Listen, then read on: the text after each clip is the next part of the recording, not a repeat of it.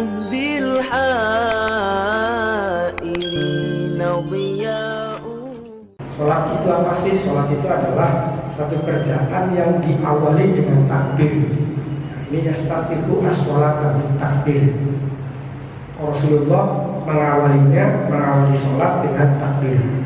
Wal qira'ata bilhamdulillahi rabbil alamin, dan kemudian membaca alhamdulillahi rabbil alamin. Ketika ruku maka dia tidak mengangkat kepalanya atau mendengakakan, walam yusowibu, dan juga tidak mendengkukakan. Jadi kepalanya tidak didengakkan begini dan juga tidak didengkukakan sampai ke bawah, misalnya melihat perutnya sendiri.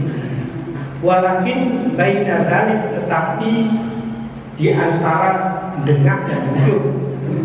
Kanjeng Nabi ketika ruku maka kepalanya tidak terlalu dengak dan tidak terlalu dengkluk. Wa kana idza rafa'a min ar-ruku'i lam yasjud hatta yastawiya qa'iman. Dan Kanjeng Nabi ketika beliau bangun dari ruku, lam yasjud hatta yastawiya qa'iman, tidak langsung sujud sampai dia berdiri tegak.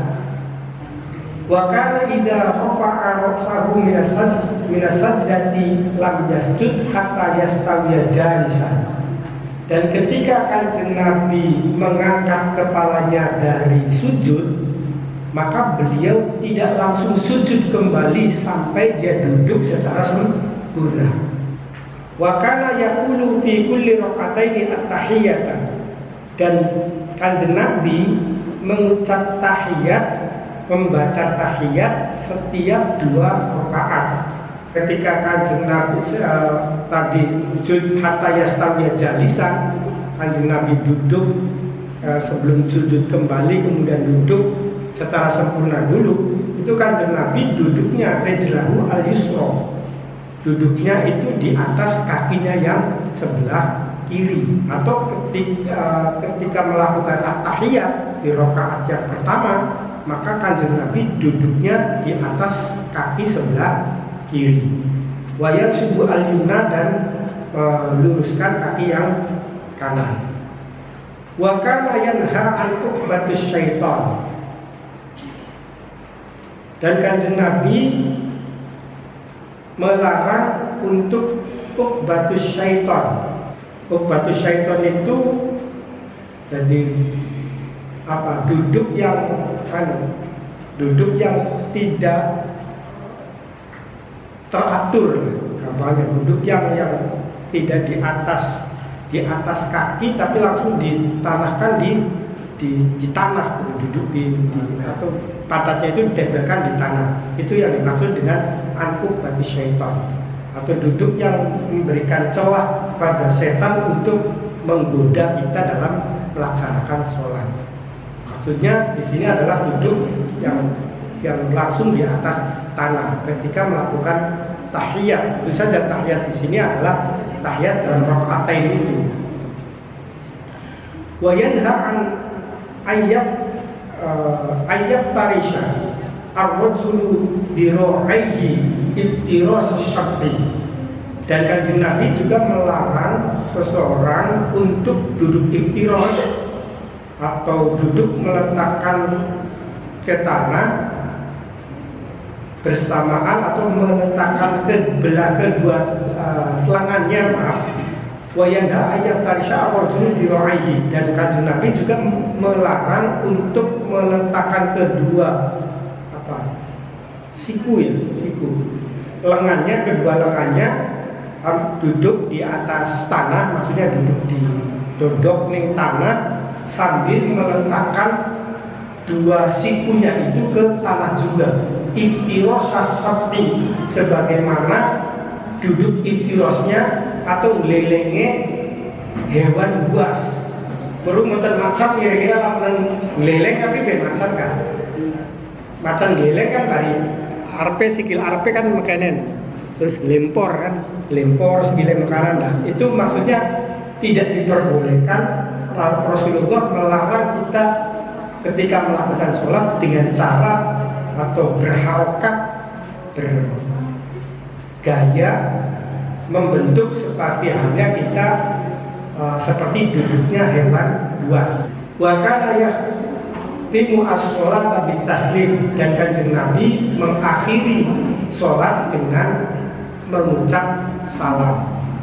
Nah, ini juga dijadikan sebagai salah satu definisi apa yang dinamakan sholat. Sholat adalah satu pekerjaan yang diawali dengan takbir dan diakhiri dengan salam.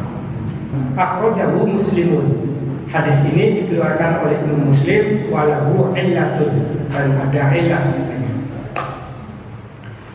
Wa an Ibnu Umar anna Nabiy sallallahu alaihi wasallam kana idza yarfa'u yadayhi jadwa manqibaihi idza fataha as-shalat wa idza kabbara lil-ruku'i wa idza rafa'a ra'sahu min ar-ruku'i, muttafaqun alaih.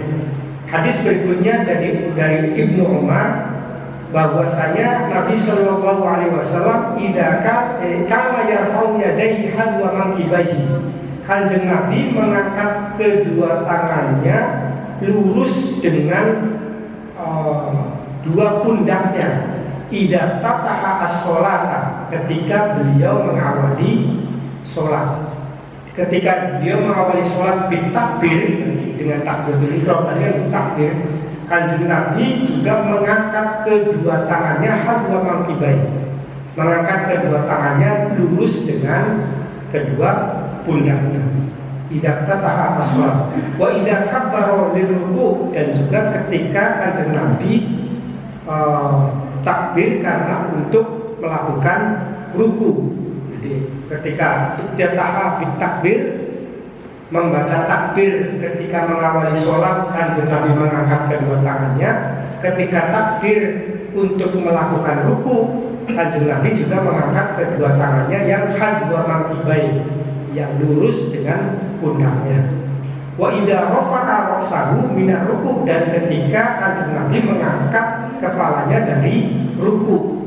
Jadi ketika ketika takbir untuk ruku, Rabbul amin, Allahu Akbar. Ketika Allahu Akbar mau ruku, itu kan Nabi mengangkatnya. Kemudian juga ketika Nabi mengangkat kepala dari ruku, mau iktidal, Kanjeng Nabi juga mengangkat kedua tangannya, takbir untuk iktidal. Muttafaqun alaih, itu yang dilakukan oleh Kanjeng Nabi. Wa fi hadits Abi Humaid inda Abi Dawud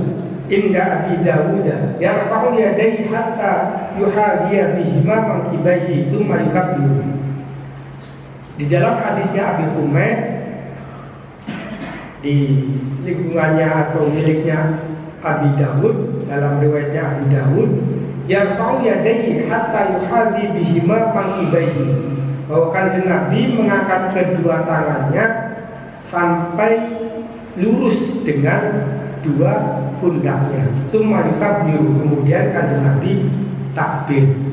Jadi ngangkat Allahu Akbar, ngangkat kedua tangannya, kemudian takbir. Wali Muslimin an Malik bin Huwairith nahwa hadits Ibnu Umar, lakin qala hatta yuhadhi bihima furu'a udunaihi.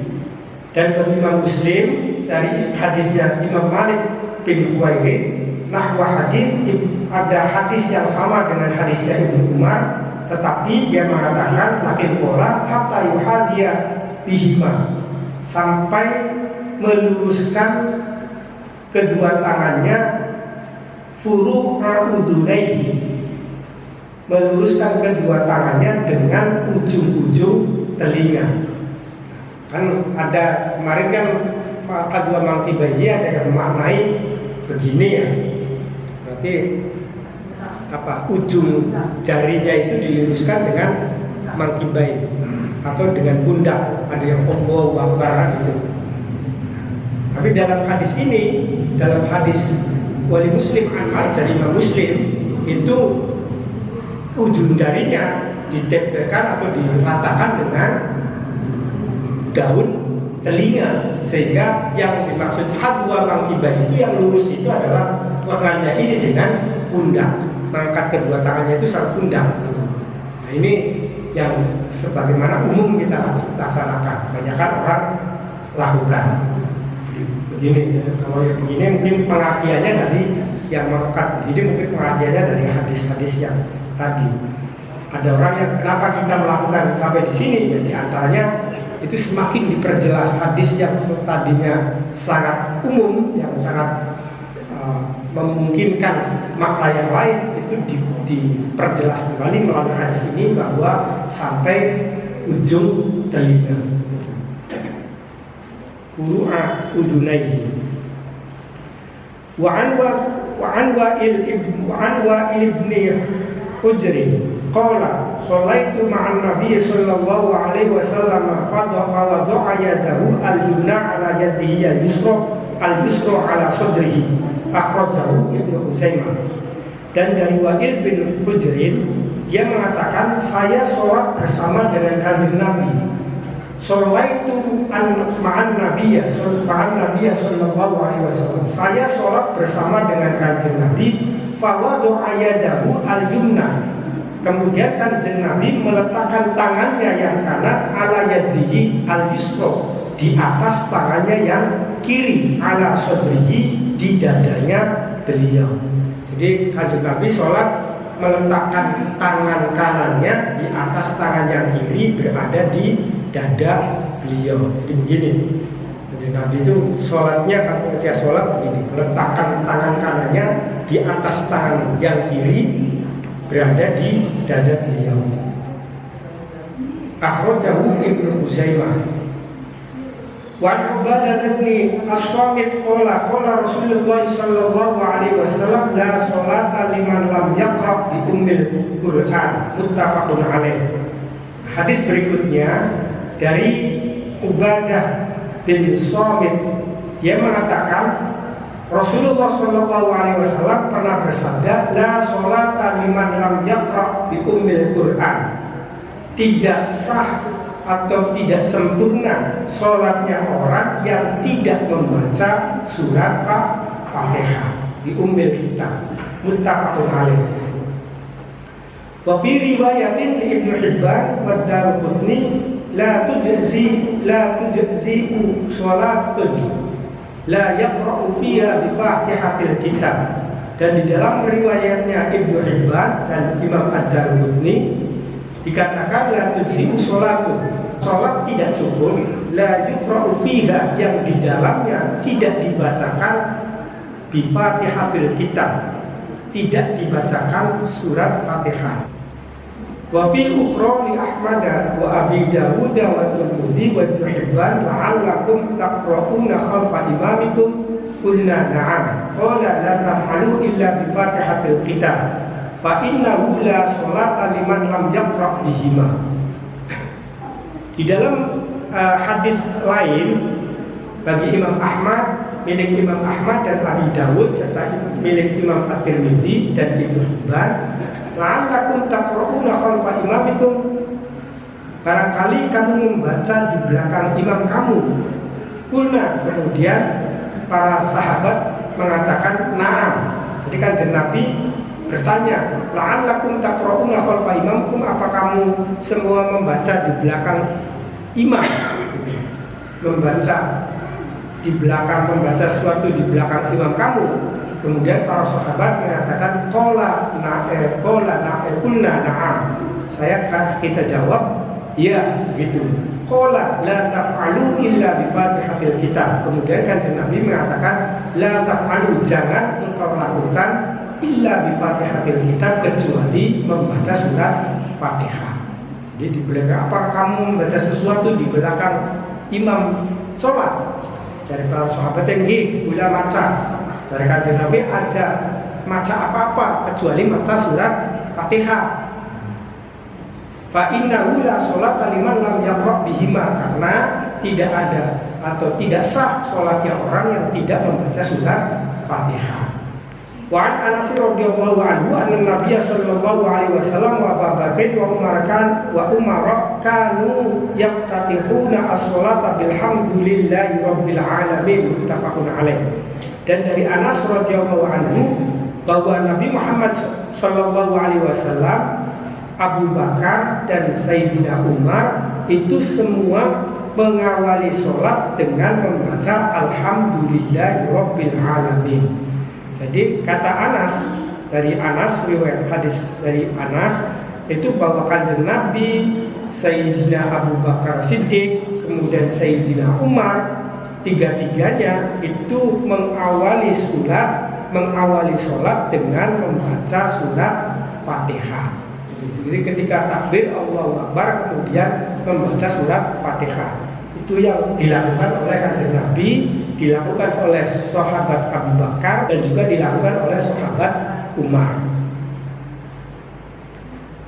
Zada Muslimun la yadhkuruna bismillahirrahmanirrahim fi awwali qira'atin wala fi akhiriha. Imam Muslim menambahkan kata-kata yang hadis yang sebelumnya bahwa la kanu yaftatihuna as-salata bilhamdulillahi rabbil alamin la yadhkuruna bismillahirrahmanirrahim. Tidak menyebutkan kanjeng Nabi, Sayyidina Abu Bakar dan Sayyidina Umar itu tidak menyebutkan bismillahirrahmanirrahim fi awwali qira'atin wala fi akhiriha, di awal pembacaan surat Fatihah maupun di akhir surat pembacaan Fatihah. Jadi Allahu Akbar langsung alhamdulillahirabbil alamin, ora bismillah maning, langsung biasanya lamunan ning fikika mazhabnya Imam Malik. Kenapa? Karena tidak menjadikan bismillah itu menjadi bagian dari ayat min ayatil Fatihah atau min ayatil ummil kitab, tidak masuk dalam kategori surat Fatihah. Nanti ada yang memasukkan bismillahirrahmanirrahim menjadi Fatihah sehingga judulnya beda lagi. Makanya mazhabnya Imam Malik sebagaimana yang banyak diikuti oleh warga Arab misalnya di Saudi, itu kebanyakannya tidak membaca bismillah. Imam-imam di Masjidil Haram itu biasanya Allahu Akbar langsung alhamdulillahirabbil alamin tanpa diawali dengan bismillah. Wa fi riwayatin li Ahmad wa Nasa'i wa Ibnu Khuzaimah la yajharuna bismillahirrahmanirrahim. Tapi dalam riwayatnya Imam Ahmad dan An-Nasa'i dan Ibnu Khuzaimah la yajharuna bismillahirrahmanirrahim, tidak mereka, artinya kanjeng Nabi, kemudian sahabat Abu Bakar dan sahabat Umar itu la yajharuna bismillahirrahmanirrahim, tidak menjaharkan, tidak mengeraskan bacaan bismillahirrahmanirrahim. Jadi ketika Allahu Akbar maca bismillah dikit, wong isi kanjeng Nabi itu maca bismillah dikit, bismillahirrahmanirrahim, alhamdulillahirabbil alamin, macai alon tapi maca bismillah sama, tidak dikeraskan sebagaimana mengkeraskan membaca surat Fatihah. Jadi ana maca bismillah itu dalam riwayatnya Imam Ahmad. Kalau riwayat Imam Muslim itu tidak dibaca. Mungkin riwayatnya sahabat tersebut ada yang mendengar secara lirih gitu, karena sholatnya para kanjeng Nabi, sehingga kanjeng Nabi bismillahirrahmanirrahim berungu, tapi orang jelas misalnya. Anak karena sholatnya ini buri, kurungnya langsung alhamdulillahirabbil alamin, akhirnya makanya kanjeng Nabi tidak baca bismillah. Itu soal bagaimana para sahabat mendapatkan hadis itu, menangkap apa yang dilakukan oleh kanjeng Nabi ketika melakukan sholat, sehingga macam-macam hasilnya. Nanti kualitas hadisnya seperti apa itu butuh mengaji kitab Mustalahul Hadis.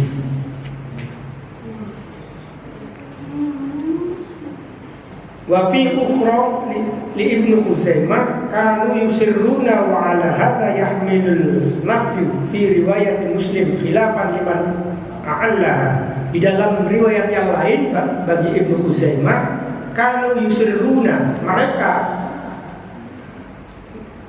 mereka artinya Kanjeng Nabi, Abu Bakar dan Sayyidina Umar itu yusirruna, melirihkan, tidak membaca secara jelas, melirihkan membaca bismillah. Wa ala hadza yahmilu an-nafyu fi riwayat Muslim, dan hadis ini diarahkan dalam makna tidak membaca bismillah di dalam riwayatnya Imam Muslim. Karena lirik, akhirnya riwayat dari Imam Muslim itu dinafikan, ditidakadakan membaca bismillah di dalam rangkaian membaca surat Fatihah. Khilafan liman a'allaha, berbeda pendapat bagi ulama yang mengatakan, yang menilai bahwa hadis ini adalah hadis maklul. Hadis maklul itu apa? Hadis yang memiliki ilat, ada cacatnya, memiliki keraguan tingkat kualitas intelektualitasnya, misalnya bisa jadi. Wa an Nu'aim bin Mujmir qala shallaitu wara'a an Abi Hurairah radhiyallahu ta'ala anhu wa qara'a bismillahirrahmanirrahim thumma qara'a bi ummil Qur'an hatta idza balagha waladdallin qala amin wa yaqulu kullama sajada wa idza qama minal julusi Allahu akbar thumma yaqulu idza sallama walladzi nafsi biyadihi inni la ashba'akum salata bi rasulillahi sallallahu alaihi wasallam rawu an-Nasa'i wa Ibnu Khuzaimah. Dari Nu'aim al-Mujmir, dia mengatakan, saya sholat, kata Nu'aim, saya sholat di belakangnya Abi Hurairah radhiyallahu anhu. Kemudian Abi Hurairah membacakan Bismillahirrahmanirrahim. Kalau tadi tidak baca Bismillah, sekarang Abi Hurairah membaca Bismillahirrahmanirrahim. Kemudian baca Al-Fatihah, Bismillahirrahmanirrahim, Alhamdulillahirabbil alamin. Nah, itu yang dilakukan oleh Abi Hurairah menurut Nu'aim ketika dia sholat di belakang menjadi makmumnya Abi Hurairah. Tsumma qara'a bi ummil Qur'an hatta idza balagha, kemudian ketika sampai waladdallin itu dia mengatakan amin. Abi Hurairah mengatakan amin, waladdallin amin. Wa yaqulu kullama sajada wa idza qama minal julus, dan dia mengatakan ketika sujud dan ketika dia julus Allahu akbar, ketika dia duduk. Jadi ketika mau sujud, ketika dia berdiri dari julus, berdiri dari duduk baina sajdatain, dia Allahu akbar, dia mengucapkan Allahu akbar, ada takbirnya. Setiap berangkat ditaringi dengan takbir lah, intinya begitu. Tsumma yaqulu, kemudian mengatakan idza salama, ketika setelah salam, walladzi nafsi biyadihi inni la asba'akum sholatan Rasulillah, demi zat yang telah menguasai diriku, sesungguhnya sholatnya sayalah yang paling mirip dengan sholatnya Rasulullah. Rawahu an-Nasa'i wa Ibnu Khuzaimah. Hadis ini diriwayatkan oleh Imam An-Nasa'i dan Ibnu Khuzaimah. Wa an Abi Hurairah radhiyallahu anhu wallahu a'lam bishawab. Assalamualaikum warahmatullahi wabarakatuh.